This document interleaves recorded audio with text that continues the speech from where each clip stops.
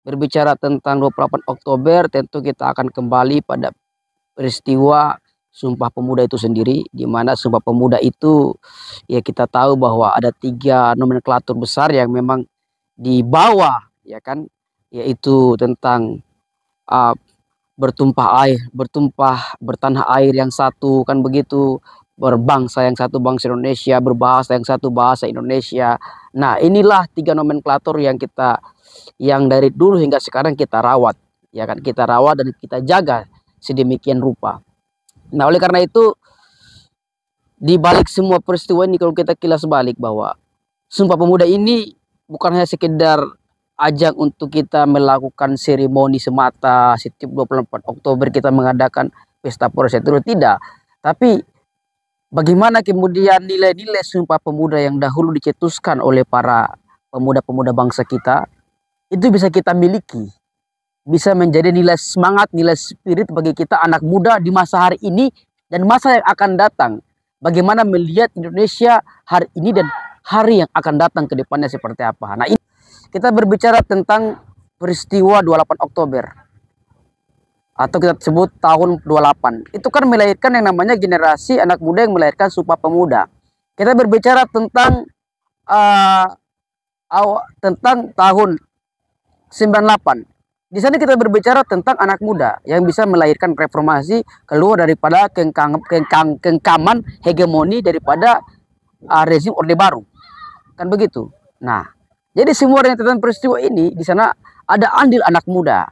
Nah, kan begitu. Saya kembali lagi, ada satu yang tertinggal. Kita berbicara tentang peristiwa Rengas Dengklok, peristiwa penculikan Bung Karno untuk memproklamirkan kemerdekaan bangsa Indonesia. Nah, pertanyaannya, siapa yang menculik Bung Karno? Ya kan? Yang menculik Bung Karno, kawan-kawan, adalah anak muda. Ya kan? Di sana ada Soekarni, ya kan? Ada Khairul Saleh kalau nggak salah, dan seterusnya. Nah, ini anak-anak muda semua, gitu kan? Nah, anak-anak muda yang ikut berpartisipasi dalam peristiwa-peristiwa momentum politik. Ini kan semua adalah aktivitas politik ini. Baik tahun 28 baik tahun 28, tahun ketika Bung Karno diculik di Rengas Dengklok, kemudian tahun 98, ini semua adalah peristiwa-peristiwa politik. Dan peristiwa politik ini melahirkan yang namanya apa? Cuma satu kata, hanya melahirkan satu kata, yaitu perubahan. Baik, Assalamualaikum warahmatullahi taala wabarakatuh. Kembali lagi sahabat Noval Show. Hari ini bertepatan dengan Hari Sumpah Pemuda tanggal 28 Oktober 2023. Kita akan merefleksikan kembali perjuangan-perjuangan pemuda Indonesia yang tentunya banyak memiliki makna dan juga suatu semangat yang harus dimiliki oleh pemuda pada zaman ini. Nah, kebetulan hari ini saya juga udah bersama dengan Bang Noval. Bukan hari ini ya, tapi setiap hari kayaknya. Akan membicarakan terkait dengan refleksi Sumpah Pemuda yang akan sama-sama dikulas atau dikupas secara tuntas bersama dengan Bang Noval. Oke, Bang Noval. Siap, Kakak Rizky. Terkait dengan makna Sumpah Pemuda pada perayaan 28 Oktober 2023. Bagaimana Bang Noval melihat itu? Saya pikir Sumpah Pemuda hari ini bertepatan dengan tanggal 28 Oktober 2023, ya. Tentu saja hari ini kita mengenang, bernostalgia pada peristiwa yang terjadi di masa lampau, bahwa setiap 28 Oktober kita selalu akan memperingati peristiwa besar dalam sejarah panjang perjuangan bangsa dan negara tercinta ini. Ya, oleh karena itu, berbicara tentang 28 Oktober, tentu kita akan kembali pada peristiwa Sumpah Pemuda itu sendiri, di mana Sumpah Pemuda itu ya kita tahu bahwa ada 3 nomenklatur besar yang memang dibawa, ya kan, yaitu tentang bertanah air yang satu, kan begitu, berbangsa yang satu, bangsa Indonesia, berbahasa yang satu, bahasa Indonesia. Nah, inilah 3 nomenklatur yang dari dulu hingga sekarang kita rawat, ya kan, kita rawat dan kita jaga sedemikian rupa. Nah, oleh karena itu, di balik semua peristiwa ini, kalau kita kilas balik, bahwa Sumpah Pemuda ini bukan hanya sekedar ajang untuk kita melakukan seremoni semata. Setiap 24 Oktober kita mengadakan pesta Proseturu, tidak. Tapi bagaimana kemudian nilai-nilai Sumpah Pemuda yang dahulu dicetuskan oleh para pemuda-pemuda bangsa kita itu bisa kita miliki, bisa menjadi nilai semangat, nilai spirit bagi kita anak muda di masa hari ini dan masa yang akan datang. Bagaimana melihat Indonesia hari ini dan hari yang akan datang ke depannya seperti apa. Nah, inilah yang harusnya menjadi refleksi kita semua sebagai anak muda, supaya tidak hanya memaknai Sumpah Pemuda ini sebagai sebuah peristiwa periodik. Setiap tanggal 8 Oktober kita seremoni. Tidak seperti itu, tetapi ini luas. Sumpah Pemuda itu adalah bagian daripada salah satu rentetan sejarah bagaimana Indonesia itu bangkit semangatnya untuk melawan kolonialisme, melawan penjajahan. Itu yang harusnya menjadi satu pembelajaran penting bagi generasi muda saat ini, Bung Rizky. Oke, baik Bang Noval. Karena pada tahun ini juga kita memasuki tahun-tahun politik ya Bang Noval. Kita tahu bahwa sudah ada capres dan juga wakil cawapresnya masing-masing. Namun kita lihat bahwa peran pemuda untuk mengawal politik tahun ini itu sangat penting Bang Noval. Karena suara milenial juga sangat diperhitungkan. Namun bagaimana para milenial ini bisa atau menentukan pilihannya? Terkait itu Bang Noval mungkin bisa memberikan sedikit tips dan juga pesan-pesan untuk para pemuda milenial di luar sana. Karena digiring ke dalam siklus politik nasional, jadi saya katakan saya tidak langsung menjawab ya, tapi saya mau katakan gini, ada satu rentetan berpikir yang memang harus kita miliki sebagai anak muda. Pertama, manakala kita berbicara tentang Sumpah Pemuda, di situ kita berbicara tentang sejarah. Nah, tak satu pun sejarah yang pernah ditorehkan dalam peradaban bangsa Indonesia ini yang di sana tidak di sana itu tidak ada andil anak muda. Semuanya ada. Kita berbicara tentang peristiwa 28 Oktober atau kita sebut tahun 28. Itu kan melahirkan yang namanya generasi anak muda yang melahirkan Sumpah Pemuda. Kita berbicara tentang tahun 98.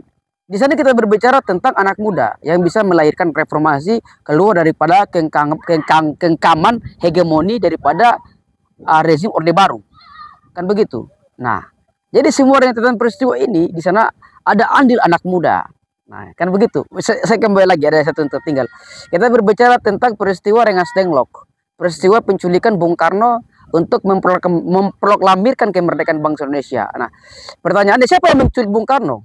Ya kan? Yang menculik Bung Karno kawan-kawan adalah anak muda. Ya kan? Di sana ada Soekarni, ya kan? Ada Khairul Saleh kalau nggak salah dan seterusnya. Nah, ini anak-anak muda semua, gitu kan? Nah, anak-anak muda yang ikut berpartisipasi dalam peristiwa-peristiwa momentum politik. Ini kan semua adalah aktivitas politik ini. Baik tahun 28, tahun ketika Bung Karno diculik di Rengas Dengklok, kemudian tahun 98, ini semua adalah peristiwa-peristiwa politik. Dan peristiwa politik ini melahirkan yang namanya apa? Cuma satu kata, hanya melahirkan satu kata, yaitu perubahan. Ya, perubahan. Nah, kalau misalnya kita kaitkan dengan kontestasi politik nasional hari ini, baik itu pileg maupun khususnya pilpres yang seperti dikatakan oleh Bung Rizky tadi ya, ini adalah semua peristiwa politik dan kita ingin menghasilkan energi perubahan. Nah, bagaimana kita menghasilkan itu? Ya, kita harus mengambil contoh pembelajaran di peristiwa-peristiwa masa lampau, yaitu peristiwa Sumpah Pemuda, peristiwa penculikan Bung Karno di Rengas Dengklok, peristiwa reformasi. Anak muda banyak di situ. Nah, kita harus ikut berpartisipasi mengawal perubahan. Nah, jadi capres-capres yang misalnya kita yang misalnya yang dihadirkan di depan publik, ditetapkan oleh KPU misalnya, kita harus melihat dengan akal sehat. Ya, kita butuh perubahan. Nah, capres mana? Capres ataupun kandidat capres mana yang bisa memberikan perubahan? Nah, tentu kita butuh belief, kita butuh keyakinan. Bukan cuma sekedar kita memilih dan tidak sampai ke situ. Kita harus punya bacaan kalkulasi. Ya, kita sebagai anak muda, ya kalau kita bicara Sumpah Pemuda, ya harusnya kita belajar dari sana. Anak-anak muda bagaimana mereka membangun strategi membangun gerakan hingga kemudian bisa melakukan menghancurkan dinding-dinding kolonialisme, dinding-dinding pemerintahan Orde Baru yang serba mengekang segala macam kebebasan asasi warga negara. Itu dari sekarang ini kita melihatnya. Kita ingin perubahan, ya kita harus jadi anak muda yang jangan apatis pada politik, satu. Yang kedua, ya anak muda yang harus melihat kandidat mana yang bisa merepresentasikan perubahan. Kan begitu. Nah, kalau diperhadapkan pada keberlanjutan perubahan, ya kita melihat bahwa kita membutuhkan, tidak selamanya kita butuh keberlanjutan, ya kan? Dan tidak selamanya pula kita butuh perubahan. Nanti kita lihat kondisinya seperti apa. Nah, kalau seperti bangsa Indonesia hari ini, ya sepertinya kita bukan butuh keberlanjutan, tapi kita butuh perubahan. Begitu. Baik. Oke, Bang Noval, terima kasih. Jadi pesan-pesannya tadi, yakni pemuda-pemuda Indonesia harus ikut partisipasi dan ambil bagian untuk pesta demokrasi Indonesia yang akan datang. Sekali lagi saya tegaskan sekali lagi bahwa rentetan peristiwa perpolitikan nasional, saya afirmasi lagi, rentetan sejarah peradaban bangsa Indonesia itu banyak diisi oleh anak-anak muda. Anak-anak muda. Ya. 24 Oktober tentunya seperti hari ini adalah hari ulang tahun 24 Oktober itu kita memperingati. Nah, tapi pertanyaan anak muda seperti apa? Makanya saya kasih tagline, anak muda yang punya cara berpikir, satu, berpikir revolusioner dan berpikir dengan akal sehat, berpikir dengan penuh kewarasan. Nah, kalau bicara Pilpres 2024, maka anak muda itu harus melihat siapa kandidat yang bisa melakukan perubahan. Tidak hanya perubahan dalam segi kebijakan, tetapi perubahan dalam aspek bisa melahirkan siklus lingkungan yang penuh dengan kewarasan. Hari ini kita Indonesia ini sedang mendapatkan sebuah penyakit akut, yaitu adalah penyakit keakutan, di mana banyak hal yang penuh dengan ketidakwarasan, tetapi itu dianggap waras oleh mereka-mereka yang kemudian punya kompetensi, punya kapabilitas, punya keilmuan yang mumpuni. Ini bahaya. Nah, kita butuh perubahan. Saatnya anak muda mengambil bagian, turut serta dan membuat sejarahnya.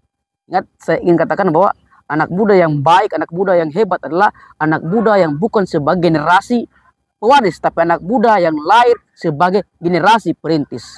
Baik, oke, itu tadi pesan-pesan refleksi Sumpah Pemuda yang disampaikan oleh Bang Noval. Siap. Dan juga jangan lupa teman-teman selalu saja